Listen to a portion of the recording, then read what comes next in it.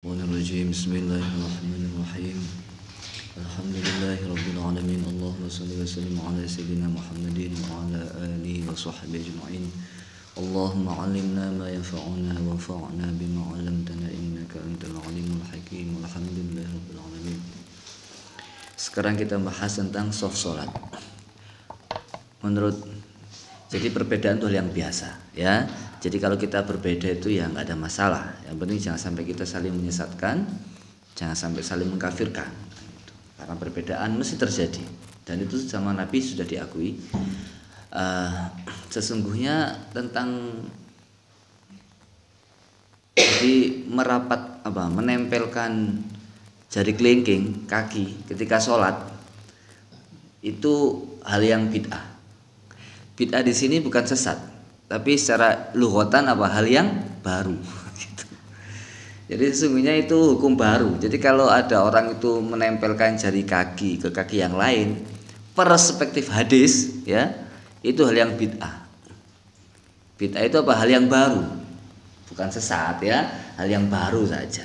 Jadi maka ada kitab namanya La Jadida fi Shalah. La jadida fi ahkamis shalah itu ada kitab itu. La jadida fi ahkamis shalah. Lah itu masuk di situ. Termasuk itu jadid itu dalam sholat itu kan. Hadisnya tidak ada.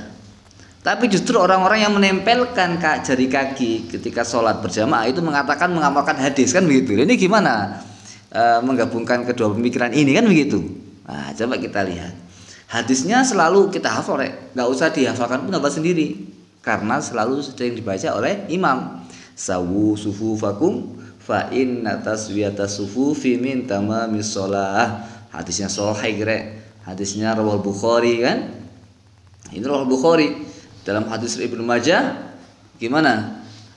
Kalimatnya beda lagi. Sawu sufufakum, kalau tadi itu sawu sufufakum fa inna taswiyatas sufufi min iqamatis shalah. Itu redaksinya yang Bukhari yang saya dapatkan ya.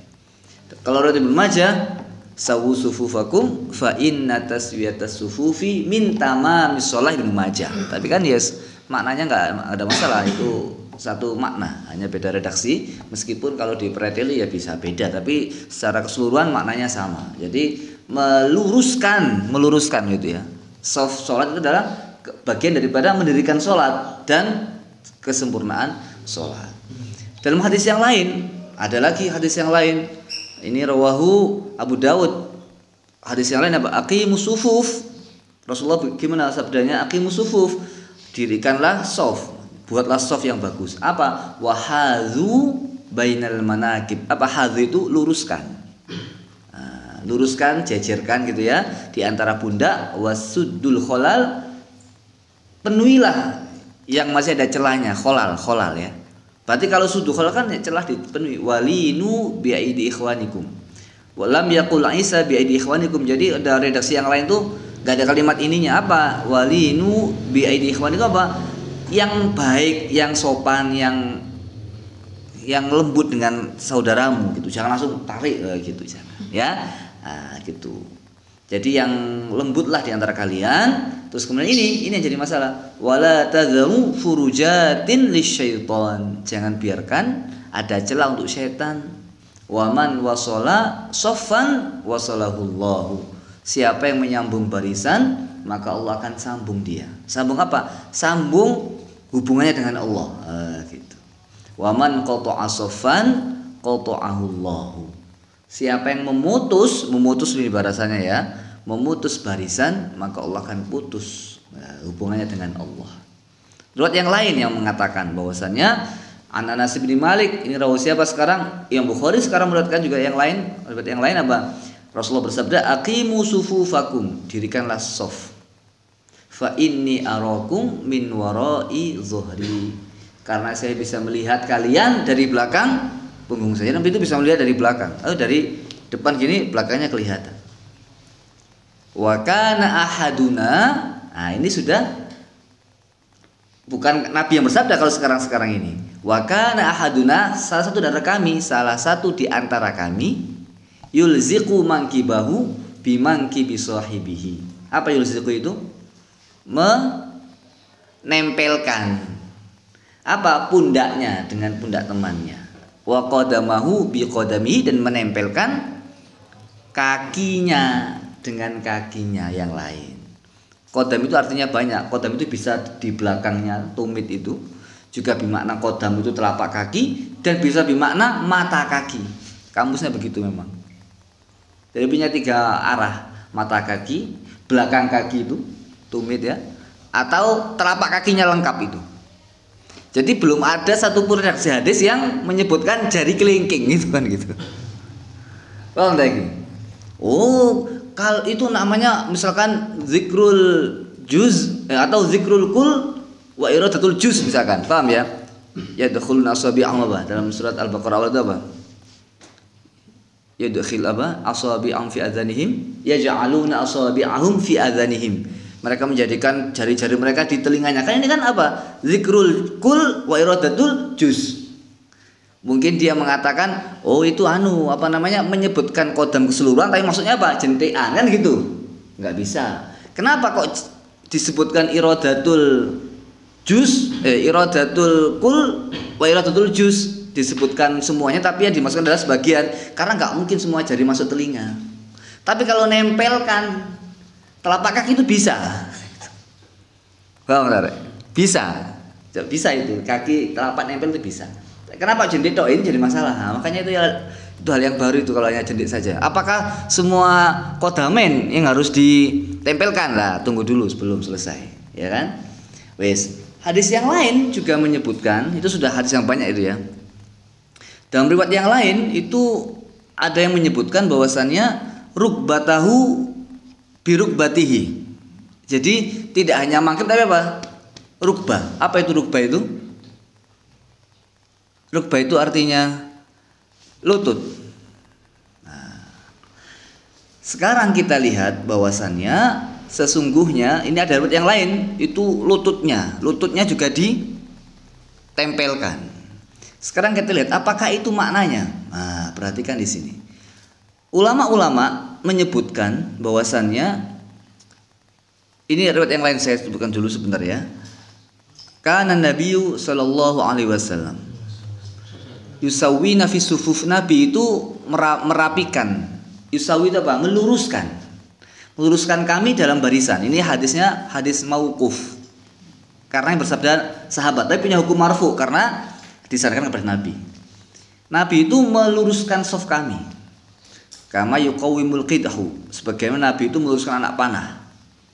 Hatta idza dhanna an qad akhadna dzalika anhu wa faqihna aqbala dzata yawmin biwajhihi idza rajulun muntabitun bi sadri faqala la tusawwunna sufufakum aw la yukhalifannallahu baina wujuhikum. Ya kan, beliau itu meluruskan kayak sampai apa? Sampai beliau itu merasa kami telah memenuhi perintahnya, artinya benar-benar kami sudah melakukan apa yang beliau inginkan.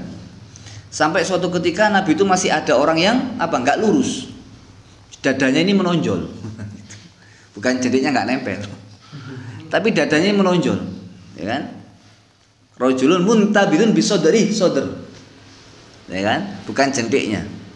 Kata Nabi, kamu lurus, apa hatimu nanti enggak bisa lurus. Oh, gitu. Paham tak kira? Nah, ini ya. Ini hadis rawahu Abu Dawud ya. Ini rawahu siapa ini? Rawahu Abu Dawud. Rawahu nanti kita lihat. Ini dalam kitab Kutubus Sittah ada, Kutubus Sittah. Ini ya.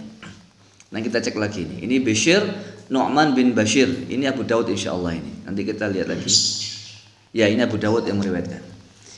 Di sini kita bisa lihat bahwasannya sebelum kita kita lihat bagaimana para imam menafsir hadis ini. Imam Bukhari saya sudah cek barusan ini, sudah saya pastikan apakah betul itu, jangan-jangan hanya ngutip saja. Dalam kitab Fathul Bari fi Syarah Sahih Al-Bukhari, Imam Ibnu Hajar Al-Asqalani dalam bab ilzakul mankib, tahu, nempelkan pundak. Itu apa mengatakan al-muradu bidzalika al-mubalaghatu fi ta'dilis saffi wa saddu khalali.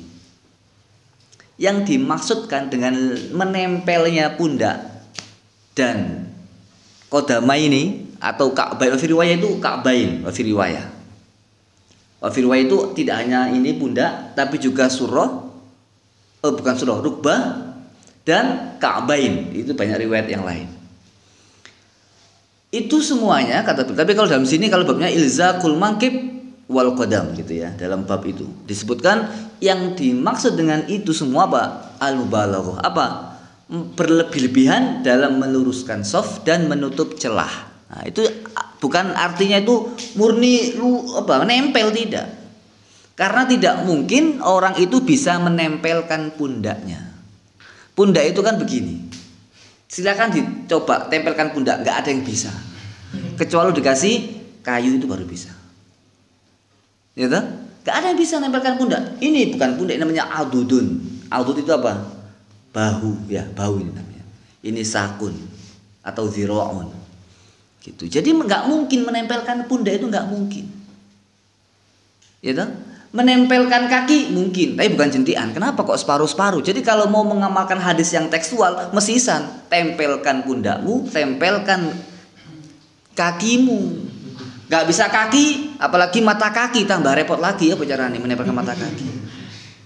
Ada riwayat yang lain lebih tegas lagi, apakah itu hadis sahih atau itu syarahnya, itu sudah ada. Itu apa? Rukbahnya. Bayangkan coba, sholat nempel pundak, nempel dengkul, sama nempel mata kaki. Apa caranya? Saya mau lihat, apakah bisa itu? Ayo silakan yang praktekkan, saya mau lihat itu. Gak mungkin, hadis itu tidak mungkin dipraktekkan secara tekstual. Gitu. Ya apa caranya ngwene, terus dengkul ngwene ya, terus mata kaki ini ya bisa mata kaki itu nempel? Gak bisa.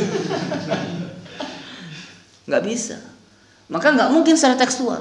Oh itu ada setannya, Ustaz. ya. Dalam itu ka'annahal hadzafu. Hadzafu itu al-ghanam as-saghir al-aswad. Jadi setan yang masuk di shaf itu bernamanya hadzaf. Setan hadzaf. Seperti anak kambing.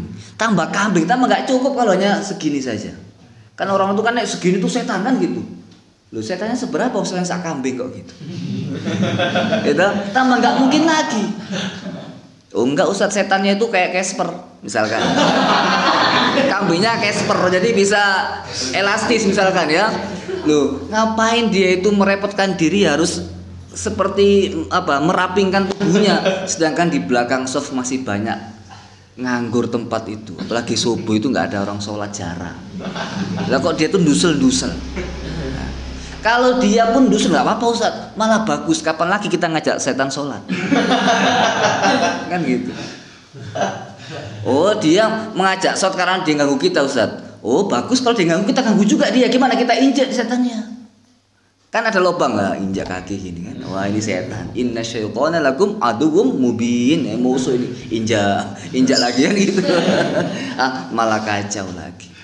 Jadi mengamalkan hadis secara tekstual tidak mungkin. Gitu. Maka hadis ini dimaknai sebagai setan majazi. Apa setan majazi itu? Setan yang bersifat sifatnya. Wa kadzalika ja'alna likulli nabiyyin aduwan syayatinal insi wal jin. Dalam Al-Qur'an tuh Allah juga menyebutkan setan ada dua, setan jin sama manusia. Apa? Sifatnya. Jadi kalau ada orang itu kok ada jadi yang dimaksud gini apa? Saddul khalal itu apa? Saddul khalal penuhi yang renggang. Masih bisa dimasuki orang kok nggak dimasuki orang, nah itu kholal namanya. Paham saya kira? Itu setan apa? Setan majazi apa? Itu buktinya orang nggak akur, nggak rukun orangnya itu. Sedang ada permusuhan, sedang ada gesekan, sedang ada rasa nggak cocok sama dia. Kenapa nggak cocok? Macam-macam, utang belum bayar, ya kan? Oh habis menghina saya. Oh dia belum mandi nggak cocok saya. Gitu. Itu setan. Belum mandi itu setan, bau nggak enak. Belum dicuci bajunya, setan. Sholat gelek. Setan juga. Makanya dalam sebuah riwayat ya, man akala basolan ya, fal yakrobana masjidana. Nek abis makan bawang nggak usah jadi masjid, ganggu itu setan itu nanti. Orang nggak mau deket sama dia, akhirnya softnya longgar. Lah kalau dia itu sudah bagus ya, sing pinggiri orang bagus, gak punya hutang, dia sudah mandi, bajunya wangi, kok nggak mau dekat sama dia? Setanmu itu di dirimu berarti. Kalau kamu itu mutus soft, sudah ada soft diputus, maksudnya Rek. Kamu akan diputus sama Allah. Allah nggak akan kasih kamu rahmatnya dalam sholatmu.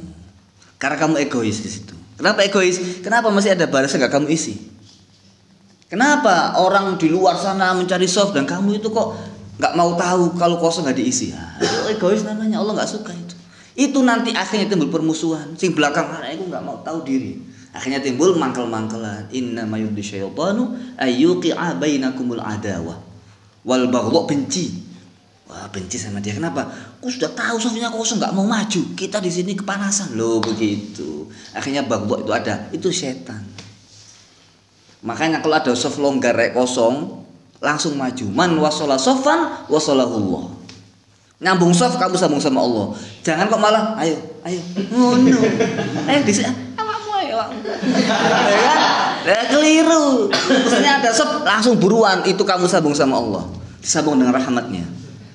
Gitulah kok, bukan kok malah orang lain. Sok-sok minggir-minggir cari yang depannya sudah lurus. Ya kan?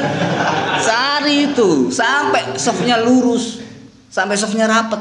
Dan kalau buat soft itu yang lurus. Tadi kata Nabi ada dadanya yang ke depan. Loh, langsung ayo lurus.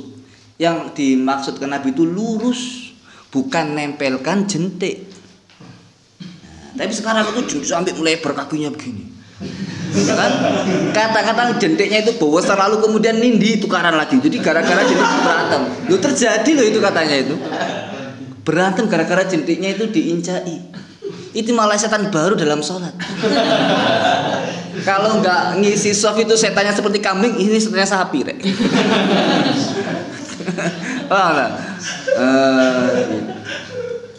Jadi orang-orang itu kalau berusaha nempelkan jentik itu nggak logis dia nggak mungkin terjadi. Berarti dia itu mengamalkan agama separuh-separuh.